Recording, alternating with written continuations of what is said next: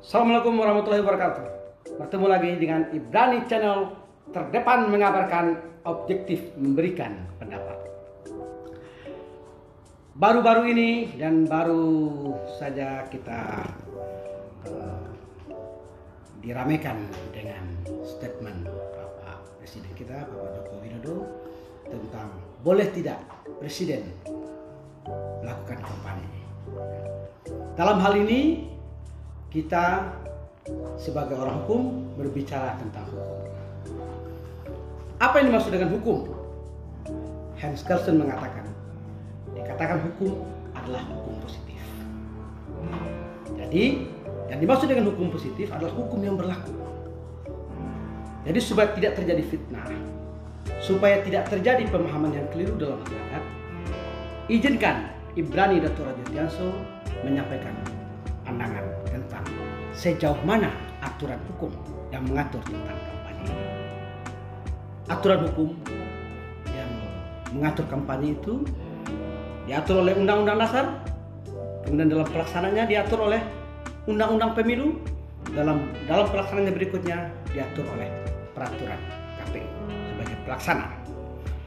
Jadi dalam hal ini perlu kita memberikan suatu catatan dulu bahwa pemilu ini adalah ajang demokrasi, ajang diberikannya suara rakyat dalam menentukan pemimpin masa depan, dan dalam hal ini pemimpin yang akan memimpin republik ini di tahun 2024. Pertanyaannya, apakah salah dengan Bapak Jokowi yang mengatakan bahwa boleh Presiden mengajukan kampanye?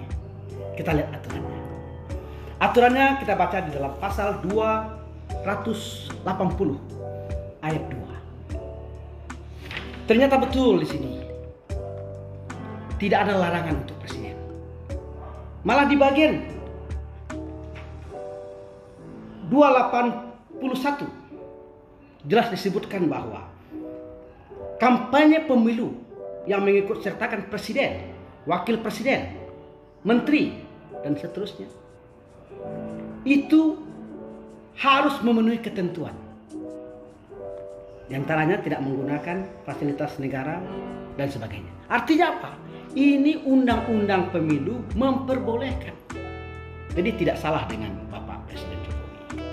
Nah, kalau kemudian ada daripada pasangan-pasangan calon nomor 1, nomor 2, nomor 3 yang merasa keberatan dengan statement dari Bapak Presiden, boleh mengajukan keberatan kepada Mahkamah Konstitusi.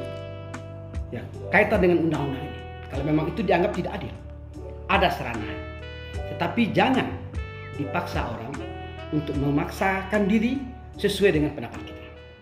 Hukum tegas, hukum adil, ketika dia sudah menjadi hukum, maka itulah hukum yang adil. Salam akal sehat, salam kebenaran. Assalamualaikum warahmatullahi wabarakatuh.